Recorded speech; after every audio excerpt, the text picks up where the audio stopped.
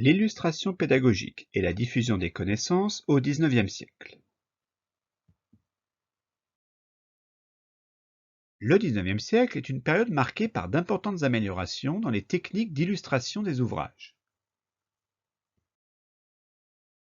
Les techniques traditionnelles de l'imprimerie, héritées du XVe siècle, n'offrent que des possibilités limitées d'intégration et de reproduction d'images dans les livres. Ces méthodes sont complexes et coûteuses, permises uniquement par les divers procédés de la gravure. Deux techniques dominent alors. D'abord, la gravure en taille douce, qui se fait sur des plaques de métal, principalement de cuivre, gravées en creux, lesquelles permettent une assez grande qualité de l'image, mais se révèlent assez coûteuses. Les livres illustrés par cette technique sont donc relativement luxueux et chers, et par conséquent peu propices à une diffusion populaire. Ensuite, la gravure sur bois de fil, très employée par exemple pour les célèbres images d'Épinal. Elle utilise un support en bois sur lequel l'image est gravée en relief, puis enduite d'encre avant d'être passée sous la presse. Cette technique-là donne souvent des résultats de moins bonne qualité que la gravure sur métal.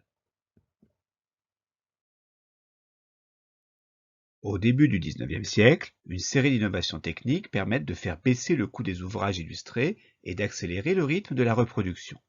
La première de ces innovations est la lithographie, qui permet d'effectuer des gravures à partir de supports en pierre calcaire. Elle est mise au point en Allemagne à la toute fin du XVIIIe siècle et introduite en France dans les années suivantes. Cette technique ne permet cependant que d'imprimer des images hors texte, c'est-à-dire sur des pages spéciales. L'autre innovation importante qui apparaît au début du XIXe siècle est la gravure dite sur bois debout, amélioration de la technique sur bois de fil, qui permet cette fois d'intégrer l'image à la composition typographique à la page de texte. Elle est beaucoup utilisée dans les ouvrages de sciences à partir des années 1820, mais aussi en littérature. Le XIXe siècle connaît en ce domaine d'autres progrès techniques. La chromolithographie, par exemple, facilite l'usage déjà ancien et la reproduction d'images en couleur. À la fin du siècle, d'autres innovations font évoluer l'impression de l'image, c'est le cas de la gypsographie, technique de gravure sur support de plâtre, et surtout de la photographie, dont les applications au monde de l'imprimé se généralisent seulement au début du XXe siècle, notamment dans la presse scientifique, à l'instar de la revue de vulgarisation La Nature. Si les progrès des techniques d'impression de l'image permettent à l'illustration d'envahir progressivement le monde de l'imprimé, que ce soit les affiches, la presse ou les livres, et de toucher tous les genres, des sciences à la littérature, c'est dans les ouvrages à vocation pédagogique que ces innovations vont avoir le plus de conséquences. Comme l'ont montré les travaux de plusieurs chercheurs et chercheuses, comme Ségolène Lemaine, Isabelle Saint-Martin ou Bruno Béguet, tous les genres sont touchés, que ce soit les abécédaires, les ouvrages de sciences ou de religion. Les lacunes de l'alphabétisation rendent le recours à l'image d'autant plus nécessaire. Dans les années 1810, sous Napoléon, on estime que seule la moitié des hommes et le tiers des femmes adultes savent lire et écrire.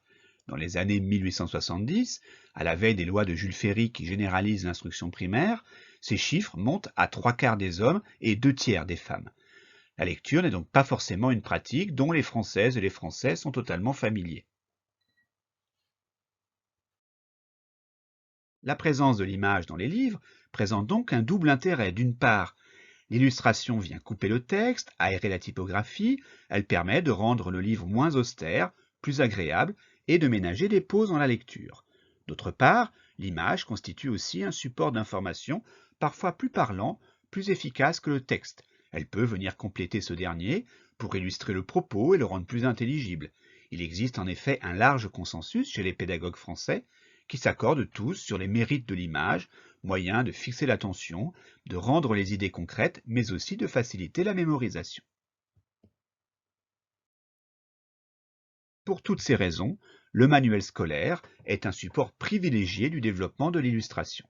Appelé également à l'époque ouvrage classique, car utilisé dans les classes, il constitue un marché de plus en plus important au XIXe siècle, à mesure que les lois scolaires successives multiplient le nombre d'écoles primaires et d'élèves.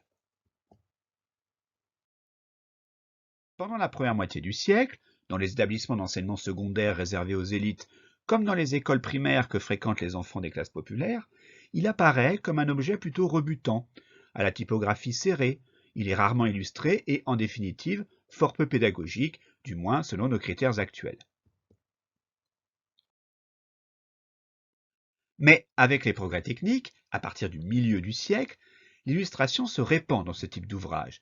Les cartes se développent dans les manuels de géographie, mais aussi dans les manuels d'histoire, qui se voient également de plus en plus ornés de portraits de personnages célèbres ou bien de dessins représentant des scènes majeures des siècles passés, comme le montrent ces pages en noir et blanc du fameux Petit Lavis.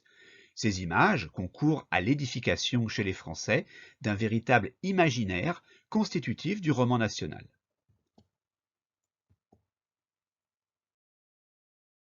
Dans les ouvrages de science, ce sont les schémas ou bien les représentations anatomiques qui se multiplient également. Justement, dans cette deuxième moitié du XIXe siècle, un autre phénomène important se produit, le développement de la vulgarisation scientifique. Ce terme apparaît dans les années 1840, mais il désigne une réalité plus ancienne. L'une des publications les plus emblématiques de ce mouvement est ainsi un périodique, le Magasin pittoresque, créé par le pédagogue saint-simonien Édouard Charton en 1833. Il attire un lectorat populaire important, grâce notamment à son grand format qui permet d'inclure des illustrations. Ce magazine s'inscrit dans le mouvement dit des connaissances utiles, développé dans les années 1830, alors que l'industrialisation fait émerger un monde ouvrier dont on s'aperçoit du retard culturel. Les mouvements philanthropiques et d'éducation populaire, dont fait partie Édouard Charton, cherchent à y diffuser des connaissances pratiques. À partir des années 1850-1860, cette volonté d'éducation populaire prend une ampleur inédite. C'est l'époque des premières expositions universelles, celles de 1855 et 1867 à Paris, qui créent un vaste engouement pour la science, constitutif de cette véritable religion du progrès qui marque le XIXe siècle. Les publications alors se multiplient. L'éditeur Hetzel, par exemple, publie à partir de 1863 la collection des Voyages extraordinaires, une série de 62 romans dus au célèbre Jules Verne, dans lesquels l'écrivain met en scène les plus récentes avancées scientifiques et techniques. Pour illustrer ses ouvrages, Hetzel fait appel aux meilleurs dessinateurs et graveurs de l'époque, comme Gustave Doré ou Paul Gavarni. Dans les années 1870-1880, alors que la vulgarisation scientifique connaît son apogée, une nouvelle génération d'auteurs s'impose autour de Camille Flammarion, qui publie en 1879 une astronomie populaire appelée à un grand succès, ou bien Louis Figuier, qui dirige à partir de 1887 une revue au titre emblématique, La Science illustrée.